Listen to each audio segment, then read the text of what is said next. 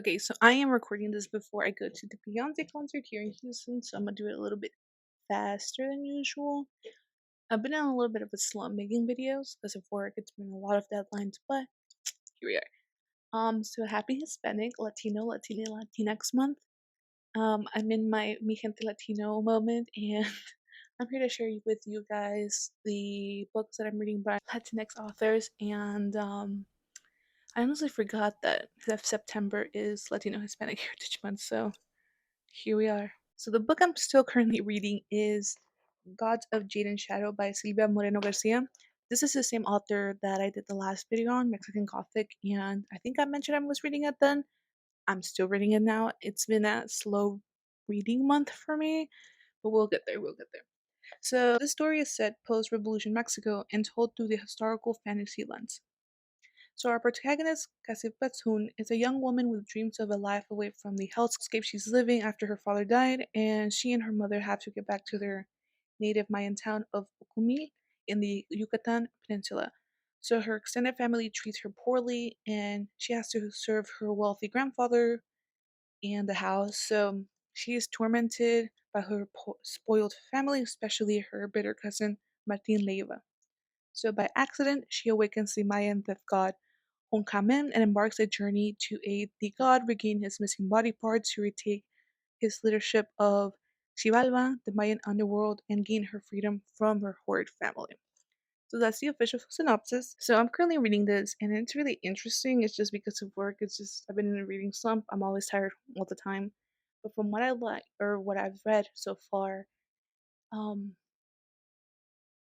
it's realistic in a historical fantasy way, and the author's doing it again with creating a good story that has a really strong character and just highlighting the culture in Mexico with the mythical elements added to it. So I'm excited to finish this book and hopefully I'll finish it before my trip this end of the month. So the second book I'm going to read this month for HHH or Hispanic Heritage Month is Like Water for Chocolate by Laura Esquivel. So I picked up this book having it in the back of my brain being a Mexican classic. Now, do I know if it's a classic? Not sure. But I know that name, I've heard it ever since maybe middle school. So that's why when I went to the library, I picked it up. And apparently, it has a film adaptation that I have not watched yet. So I am planning to do that after I read the book. So here's a short synopsis. So this story was originally published in Mexico in 1989. Thus, I'm also reading the English translation. I do know Spanish. I am not a no sabo kid. I me puedo defender. I am not. I am fluent. But it takes me a long time to read in Spanish, so that's why I decided on the English translation. And also the library only had the English translation, so pick our pick our battles, I guess.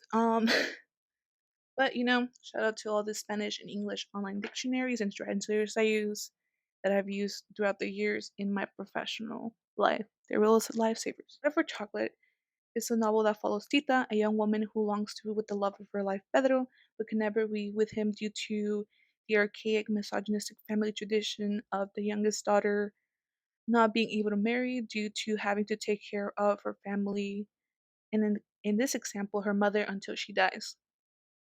So, it is also set during the Mexican Revolution. And if I had a nickel for every time I read a book back to back related to the Mexican Revolution, I would have 2 nickels.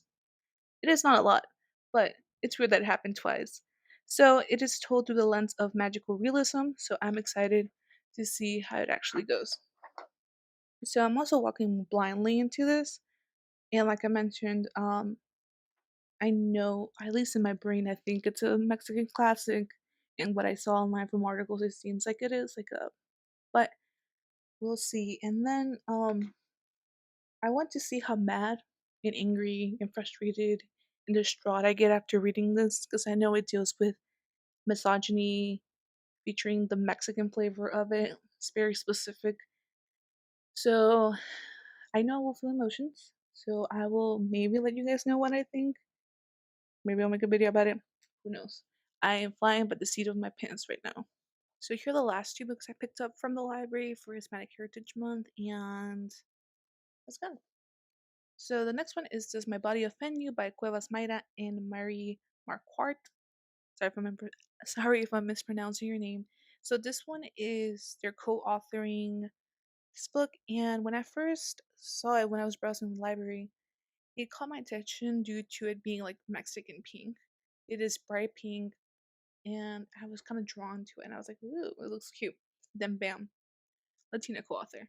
It's a collaborative story that includes real-world problems, and at least I think it's a good example of how to introduce younger people or use younger audiences to be able to understand these concepts like feminism and nation and all of that. I'm excited to read it, so I will. Yeah, it's just like looking at me. It's like by my nightstand. Oh god, slow reading them. And then lastly, the next one I picked up was Lucha of the Night Force by Taylor K. Mejia. So I picked this up also from the library because I don't like buying books because I support local libraries. And I really picked it up because I like the cover and it's very pretty. And when I was looking for a synopsis, I really couldn't find anything. So this is a book that I'm really walking blindly into, like online and the I don't even think I found a Wikipedia page on it. I found like what the publisher's website and it was very vague.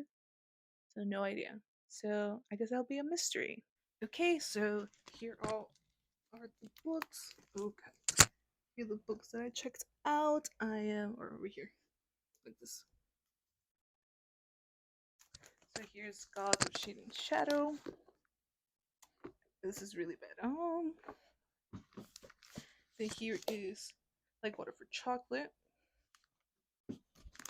Here is Does My Body Offend You? And lastly, here is Lucha of the Ninth Forest.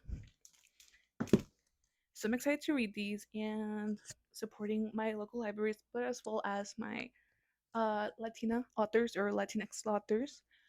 Again, I'm at Gente Latino era, so thank you for watching and happy Hispanic Latinx month, and of course, excluding the Spaniards and the dumb ones. All right, bye.